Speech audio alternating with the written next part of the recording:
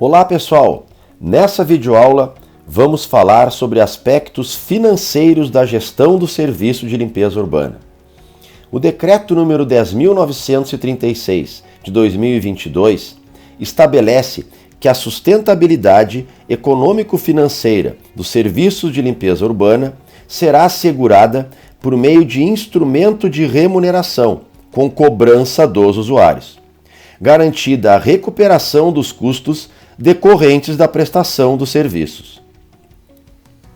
O Marco Legal do Saneamento Básico estabelece que esta cobrança decorrente da prestação de serviços pode se dar por meio de taxa ou tarifa, conforme o regime da prestação do serviço ou das atividades de limpeza urbana. A taxa corresponde a um valor fixo, pago pela prestação de um serviço essencial, enquanto a tarifa refere-se a um desembolso, que varia de acordo com o uso realizado de determinado serviço. Tarifa só paga quem utiliza efetivamente o serviço, enquanto a taxa todos pagam, utilizando-se ou não do serviço prestado. Podemos definir custo como a soma dos insumos, mão de obra, energia, materiais, equipamentos, necessários para realizar determinado serviço ou operação, avaliados de forma monetária. Os custos dos serviços de limpeza urbana diferem de país para país, de região para região e de município para município. Sendo assim, para obter-se o custo mensal da limpeza urbana em um determinado município, é necessário um levantamento minucioso de dados, caracterizando suas peculiaridades, como tipo de coleta, tratamento, disposição final dos resíduos sólidos, bem como os equipamentos e a disponibilidade de mão de obra. Os custos podem ser classificados em fixos e variáveis.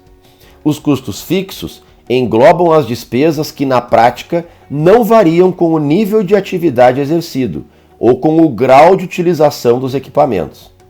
Alguns itens de custo fixo são depreciação dos veículos, utilização de instalações e equipamentos e uso de mão de obra para o serviço de limpeza urbana. Já os custos variáveis são proporcionais à utilização dos equipamentos, como, por exemplo, custo por quilômetro rodado, custo por hora e operação dos veículos e custos unitários em geral. Os custos podem variar por diversos motivos. O custo de coleta varia em função da densidade populacional, ou seja, há uma redução no custo quanto maior for a concentração populacional, o que caracteriza os grandes centros urbanos. Sendo assim, em um percurso de mesma extensão, coleta-se maior volume de resíduos em um município de grande porte do que em um de pequeno porte, reduzindo desta forma o custo unitário da operação. O custo de transporte é proporcional ao crescimento populacional, ou seja, tenderá a crescer com o aumento da população, tendo como causa principal o distanciamento do local de destino final e o centro de gravidade da coleta. No caso de um aterro sanitário, o custo unitário de operação tende a diminuir com o aumento da população, tendendo a estabilizar-se ao longo do tempo. Ao se comparar os custos de serviço de limpeza urbana entre diferentes municípios, deve-se considerar que cidades maiores tendem a ter custos unitários de coleta menores, se comparados aos pequenos municípios.